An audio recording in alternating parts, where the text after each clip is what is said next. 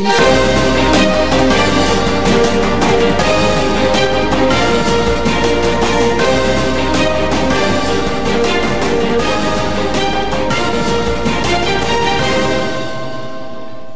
Mesdames et messieurs, bonjour et bienvenue à vous dans cette nouvelle édition de votre journal de 15 heures. Donc voici les principaux titres.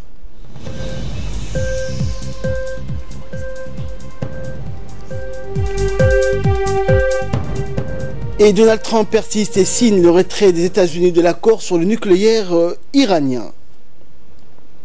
Merci à vous de nous rejoindre. Le président de la République, Ismaël Omar Guelleh, se trouve donc depuis hier après-midi au Kenya, où il a entrepris une visite officielle de 48 heures à l'invitation de son homologue kényan Uhuru Kenyatta. À son arrivée à l'aéroport international kényan Jomo Kenyatta, le président Guelleh a été accueilli chaleureusement par la ministre des Affaires étrangères kenyane, mais aussi par d'autres membres du gouvernement kényan. Des ministres, des officiels et hauts responsables djiboutiens se trouvaient également à l'aéroport, notamment le ministre des Affaires étrangères, le ministre en charge des investissements, les ministres de l'énergie et du commerce.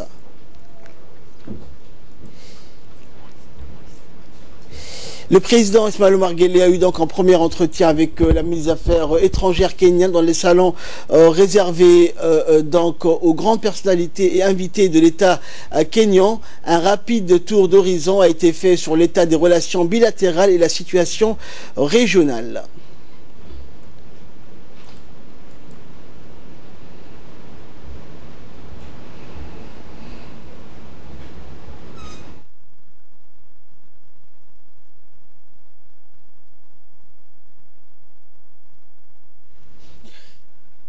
Le président de la République donc a salué toutes les hautes personnalités civiles et militaires donc qui l'ont accueilli sur le tarmac de l'aéroport international kényan Jomo Kenyatta.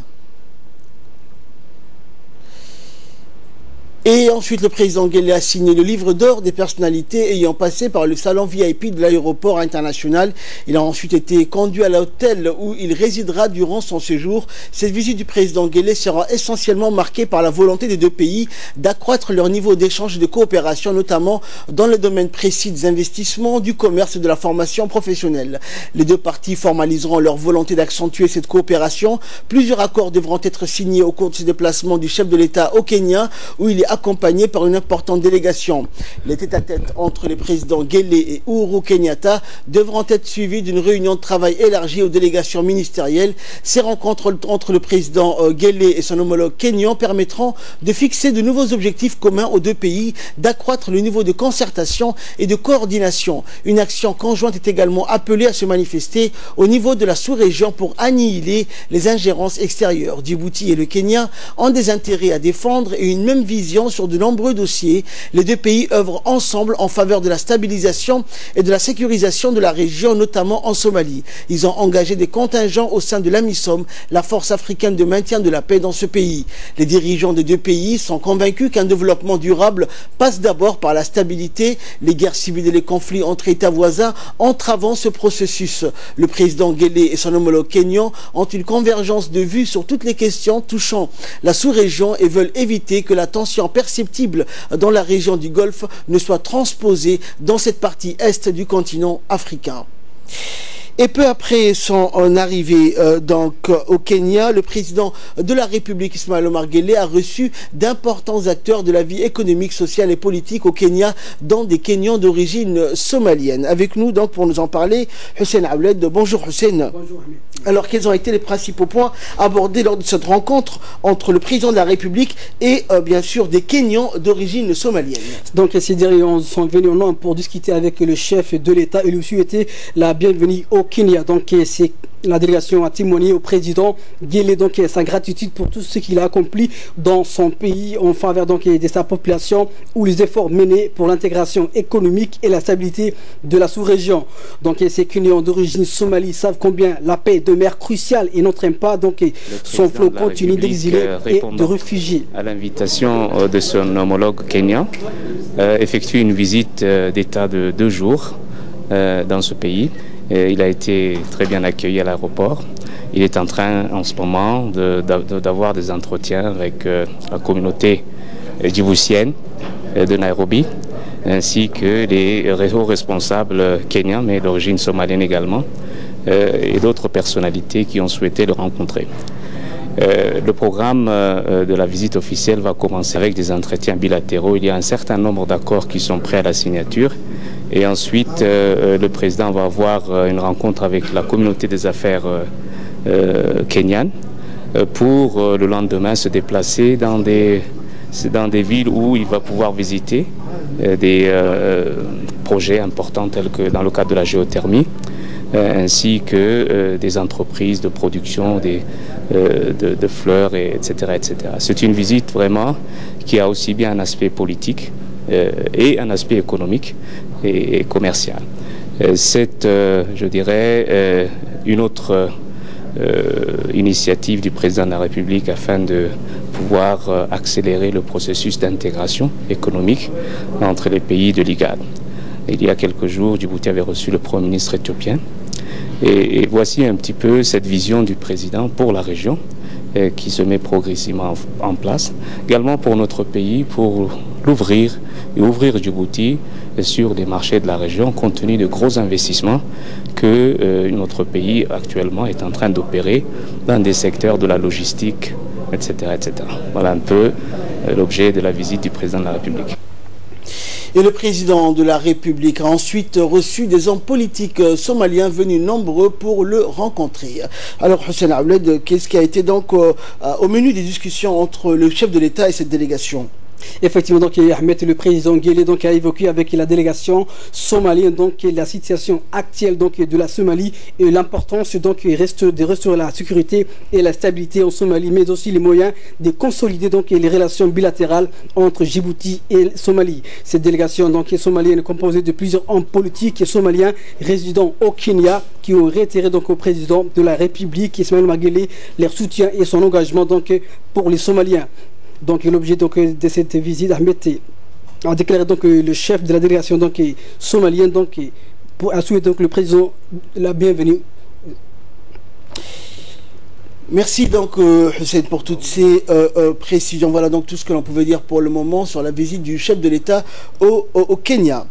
Actualité nationale à présent, le Premier ministre et chef du gouvernement par intérim Abdelkader Kamel Mohamed a reçu donc au cabinet de la primature le président du conseil consultatif au conseil saoudien de la Choura, donc Abdallah bin Mohamed bin Ibrahim al-Sheikh. Et il est à noter donc que le président du conseil de la Choura saoudienne est arrivé donc hier à Djibouti à l'invitation généreuse du président de l'Assemblée nationale, Mohamed Ali Ahmed. La délégation, rappelons-le, a eu hier des entretiens avec le président de la République, Ismaël Omar Guelleh, au palais présidentiel.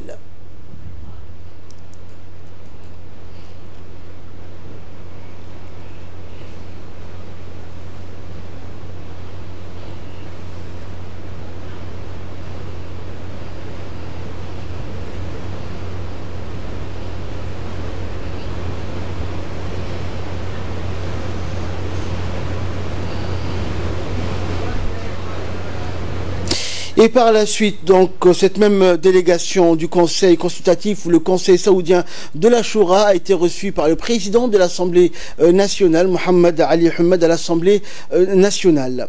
À son arrivée donc au siège du Parlement, Abdallah bin Mohamed bin Ibrahim al-Sheikh a été accueilli par son homologue djiboutien, Mohamed Ali Ahmed. Le président de l'Assemblée donc a souhaité la bienvenue à son homologue saoudien lors d'une brève réunion dans son bureau, le remerciant d'avoir accepté l'invitation à se rendre en République de Djibouti. Et après cela, donc, les deux parties ont tenu une réunion élargie au cours de laquelle ils ont passé en revue les relations entre les deux pays et les moyens de renforcer donc au niveau de coopération entre les deux conseils. Un certain nombre de parlementaires djiboutiens ainsi que la délégation du conseil saoudien donc de la Choura et des ambassadeurs des deux pays ont participé à cette réunion. Les deux parties ont salué le développement remarquable des relations entre les deux pays sous la conduite du président de la République Ismaël Omar Guelleh et du gardien des deux lieux saintes mosquées, le roi Salman bin Abdelaziz Al Saoud. Il est à noter donc que le président de la Choura et sa délégation est arrivé donc hier à Djibouti à l'invitation généreuse du président de l'Assemblée nationale Mohamed Ali Ahmed. Et à l'issue de la rencontre, des cadeaux ont été échangés entre les deux personnalités.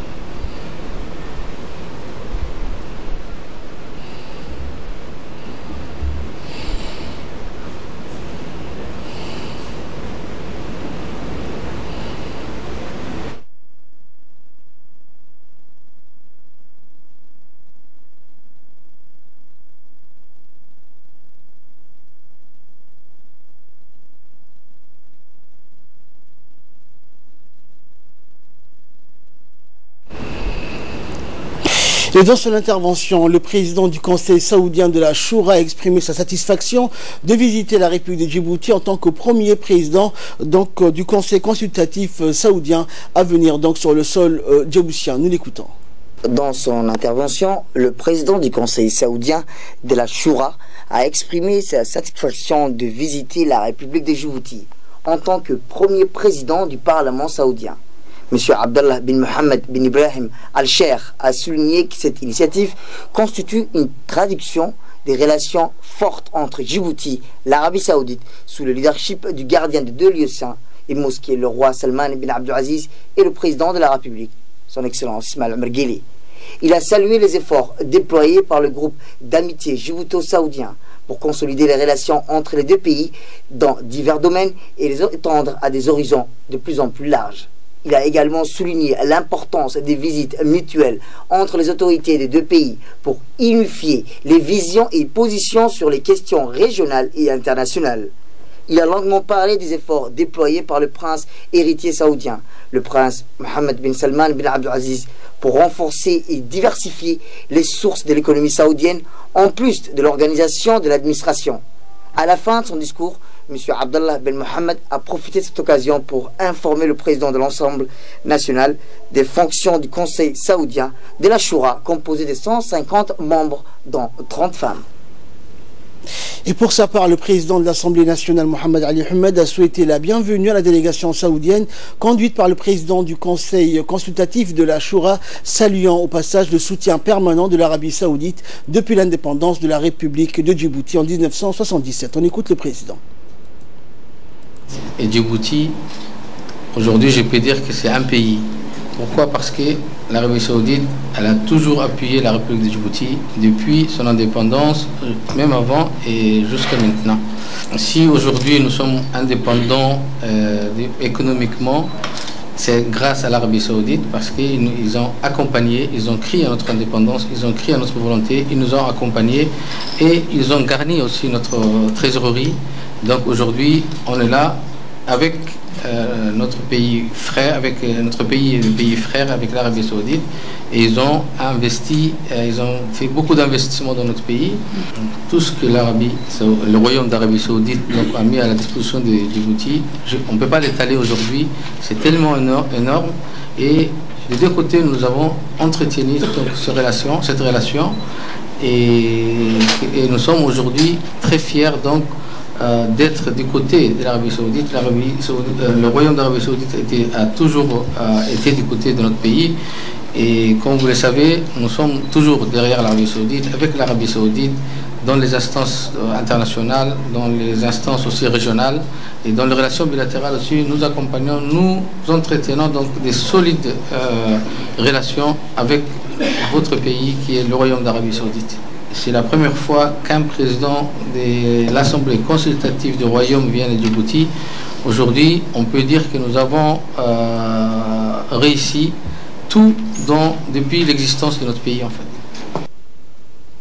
Également dans l'actualité, le Premier ministre et chef du gouvernement par intérim, Abdelkader Kamel Mohamed, a reçu une délégation de la Commission des Affaires étrangères de l'Assemblée nationale française, conduite par la présidente Marielle de Sarnez et accompagnée de Didier Quentin, Christian Outy et Marion Laine et Didier Lebeau. Cette audience s'est déroulée en présence du secrétaire général de la primature, Naguib Abdallah. Lors de cette rencontre, la présidente de la Commission a rappelé la force de lien entre la France et Djibouti et la volonté partagée de renforcer la coopération et les échanges, notamment en matière de défense, de sécurité, d'intégrité territoriale et économique. Cet entretien a aussi été l'occasion pour Madame de Sarnez de parler de l'avenir de la stratégie commune, tout en assurant le Premier ministre que la France est à l'écoute.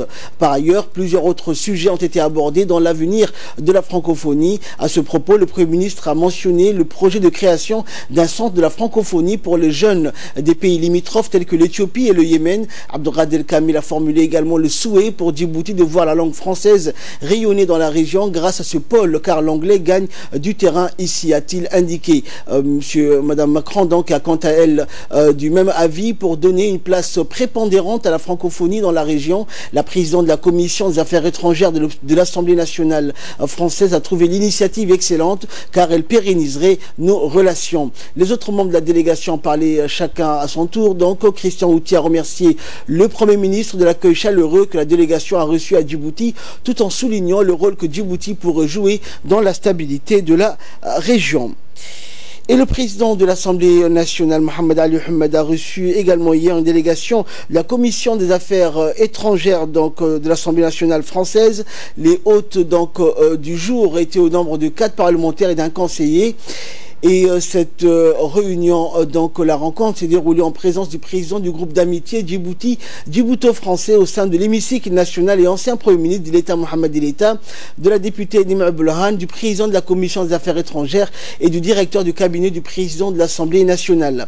Après ses premiers mots de bienvenue, le président de l'Assemblée s'est dit honoré de la visite de ces hôtes du jour. Les membres de la mission française ont évoqué l'objet de leur séjour à Djibouti, l'objectif de leur visite aussi qui est de raffermir le lien d'amitié et de coopération entre les deux institutions parlementaires et les deux pays. Les deux parties ont par ailleurs discuté de divers sujets. Il a ainsi été question des derniers développements du contexte politique et sécuritaire prévalant dans l'Afrique de l'Est en général et la Corne de l'Afrique en particulier. Et devant ses interlocuteurs français, le président de l'Assemblée nationale a soulevé la nécessité pour le groupe d'amitié parlementaire de contribuer au renforcement des liens de coopération unissant les deux nations. Il a profité de l'occasion pour envoyer une invitation officielle au président du Sénat français. Cette initiative répond au souci commun des élus djiboutiens et français de redynamiser la diplomatie parlementaire entre leurs institutions respectives.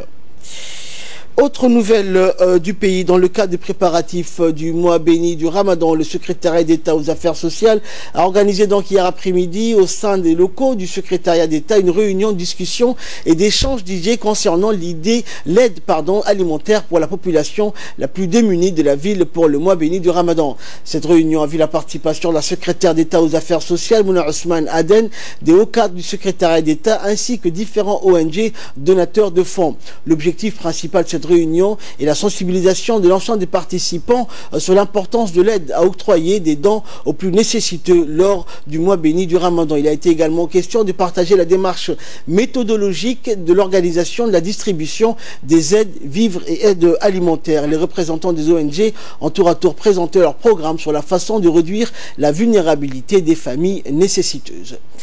Et prenons la parole durant cette réunion. La secrétaire d'État aux affaires sociales, Mouna Ousmane Aden, a déclaré que le gouvernement djiboutien a pris des dispositions techniques et après évaluation d'un cadre stratégique national en vue de mieux concorder une mobilisation conséquente des ressources nécessaires lors de ce mois béni du Ramadan. Et pour finir, elle a remercié les ONG présentes pour leur appui constant présenté pour ce programme d'aide aux familles nécessiteuses durant le mois béni du Ramadan. Il est l'heure à présent de retrouver l'appel à la prière d'Al-Asr. La suite de notre journal, c'est juste après ça. Voilà, c'était donc l'appel à la prière d'Al-Asr. Nous retrouvons la suite de notre édition. Troisième journée de sensibilisation des valeurs patriotiques. Des jeunes élèves de l'école primaire de Balbala 3 ont visité aujourd'hui les locaux de la Marine nationale. La suite dans ce commentaire. Les centaines d'élèves de la 5e année de Balbala 3 ont été conduits directement à la base de la Marine nationale, côté escale. Accueillis par le colonel Ahmed Taher, chef d'état-major de la Marine nationale, et ses adjoints, les centaines d'élèves ont été répartis en 5 groupes. Ils ont ainsi découvert des moyens navals, le centre opérationnel, qui permet de voir en direct ce qui se passe en mer d'Obok, Maskali et la frontière maritime de l'Ouada. Ils ont aussi appris que les pompiers figurent parmi la Marine nationale. Les élèves de l'école de Balbala 3, qui ne sont jamais eu l'occasion de monter à bord des navires, sont montés à bord d'un patrouilleur et une vedette rapide. Ils ont appris que le gilet de sauvetage est obligatoire, car un pilote dirige un navire et que le sondeur permet de savoir la profondeur de l'eau. À la fin de la visite, les centaines d'élèves ont reçu un repas copieux. La directrice de l'école Balbala 3, Mme Fatouma Ali, nous a expliqué que cette journée est importante pour les élèves de son établissement et a remercié le haut commandement militaire et le ministre de l'Éducation nationale pour cette collaboration. Quant aux élèves, ils se sont dit très satisfaits de cette visite guidée au sein de la Marine nationale, où ils ont beaucoup appris et découvert. Et donc, dans une interview que nous a accordée le colonel Ahmed Taher, chef d'état-major de la Marine nationale, a indiqué que cette visite était importante pour inculquer aux jeunes élèves les valeurs patriotiques et a remercié le ministère de l'Éducation nationale pour ses efforts à former les futurs citoyens et patriotes djiboutiens. Santé à présent, l'hôpital régional d'Ali Sabia organise dans le cadre des activités quotidiennes de l'équipe mobile une mini-caravane dans la localité de Assamo.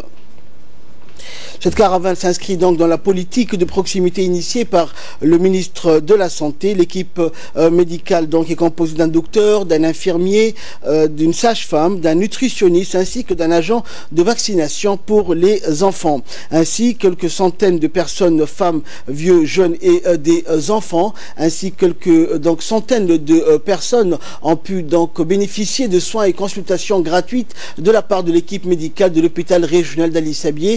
Outre l'objectif principal qui est de rapprocher le soin aux populations souvent éloignées des centres médicaux où ils pourront bénéficier de soins de qualité. Sport pour clore l'actualité nationale. L'établissement Fratacci a procédé ce matin à la remise de coupes et trophées à la Fédération djiboutienne de football. Cette cérémonie qui s'est déroulée au sein des établissements Fratacci a eu lieu en présence du comité directeur de la Fédération djiboutienne du football, représenté par le secrétaire général Youssouf Ahmed. Ce dernier a eu en réceptionnant ce lot de trophées et de coupes exprimé toute sa gratitude et ses vifs remerciements au patron des établissements Fratacci, Biari Modi. Et pour sa part, M. Modi a exprimé toute sa satisfaction de soutenir, comme chaque année, la Fédération djiboutienne de football.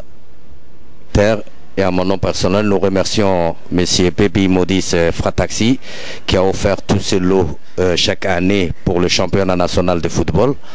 Et je demande un appel solennel à tous les commerçants de Djibouti de faire comme cet établissement, d'octroyer au championnat national et être à côté des sports nationaux surtout. Merci beaucoup M. Pépi Modis pour ce geste toujours là chaque année et chaque saison. Merci beaucoup M. Modis. Très honoré, très heureux de pouvoir toujours participer pour les sports djiboutiens. Merci. Merci. Et de là, nous passons à l'actualité africaine et internationale avec Choukri Ali. Bonjour Choukri. Bonjour Ahmed, bonjour à tous. Donald Trump a annoncé, Ahmed, le retrait total des États-Unis d'Amérique sur l'accord avec les Iraniens. Dans une brève allocution qu'il a faite hier soir à la Maison-Blanche, le président des États-Unis a qualifié de cet accord sur le nucléaire iranien de désastreux. Negat Fouad.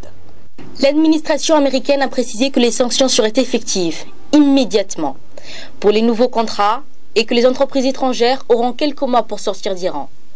Le Trésor a précisé que les sanctions concernant les anciens contrats conclus en Iran entreraient en vigueur après une période de transition de 90 à 180 jours.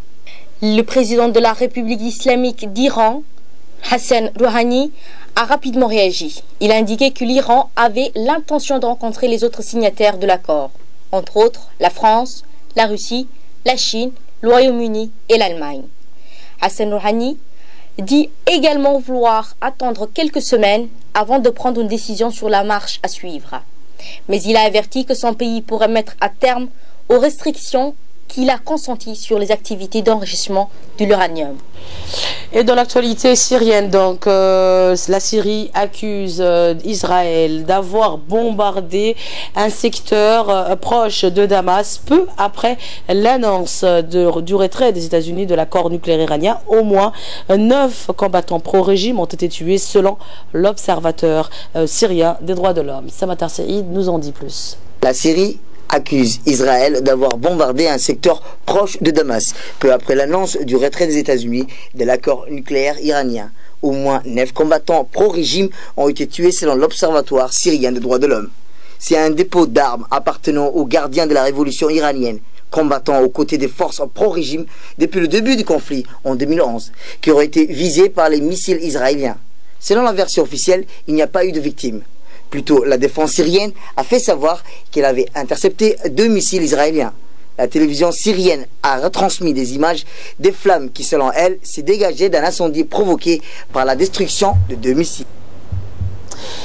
Et actualité africaine, à présent, 5 pays d'Afrique lancent une campagne inédite sur la vaccination du choléra. Negat Fouad Seïd nous en dit plus également. 5 pays d'Afrique lancent une campagne inédite de vaccination contre le choléra. Plus de 2 millions d'Africains s'apprêtent à être vaccinés contre le choléra d'ici à la mi-juin. Une campagne sans précédent à l'initiative de 5 pays d'Afrique, a annoncé l'Organisation mondiale de la santé lundi 7 mai. À titre de comparaison, de 1997 à 2012, seulement 1,5 million de vaccins ont été utilisés dans le monde. C'est une riposte d'une ampleur sans précédent à la vague de l'épidémie du choléra qui a traversé l'Afrique, a déclaré dans un communiqué le Dr Seth Berkley, directeur de Gavi, une organisation basée à Genève chargée de la gestion du stock de vaccins et de sa fourniture. Depuis 2017, le Gavi, financé par une multitude de partenaires, gouvernements, fondations et multinationales, a dépensé 115 millions de dollars dans la fourniture de vaccins aux pays à faible revenu. Selon l'organisation, la forte augmentation des demandes de vaccins de la part des pays touchés par le choléra vient à l'accessibilité récente des doses. Les stocks sont encore tendus, mais nous avons aujourd'hui de quoi répondre à la demande, a affirmé l'organisation basée à Genève. Cette disponibilité a aussi conduit les États, pour que l'aide soit gratuite, à reconnaître plus facilement l'existence de l'épidémie. Le Fonds monétaire international, le FMI, vient de livrer de son côté ses perspectives économiques pour la région de l'Afrique subsaharienne en dépit d'une légère embellie de la croissance. L'institution alerte néanmoins sur le taux d'endettement des pays de la région. Negat Fouad encore une fois. Le surendettement, un risque que guette l'Afrique subsaharienne. Environ 40% des pays à revenus faibles de l'Afrique subsaharienne sont actuellement en situation de surendettement et présentent un risque élevé, a déclaré le Fonds monétaire international dans un rapport présenté ce mardi à Libreville. 8 pays dans cette région sont concernés par la situation. Le Tchad, l'Érythrée, le Mozambique, la République du Congo, le Soudan du Sud et la Zimbabwe ont été placés dans cette zone rouge en fin 2017. Tandis que la Zambie et l'Éthiopie sont passés du statut de risque modéré à élevé, selon le rapport de la FMI. En août 2017, la FMI a estimé à quelques 9 milliards de dollars la dette publique de la République du Congo, soit 120% du PIB du pays. Une dette cachée du FMI, comme l'a fait quelques mois auparavant la Mozambique sur une dette d'environ 1,4 milliard de dollars. Voilà maintenant ce qu'on pouvait dire sur l'actualité régionale, continentale et internationale. Merci Choukri et merci à vous de nous avoir suivis. C'est la fin de cette édition. Restez avec nous, le programme continue.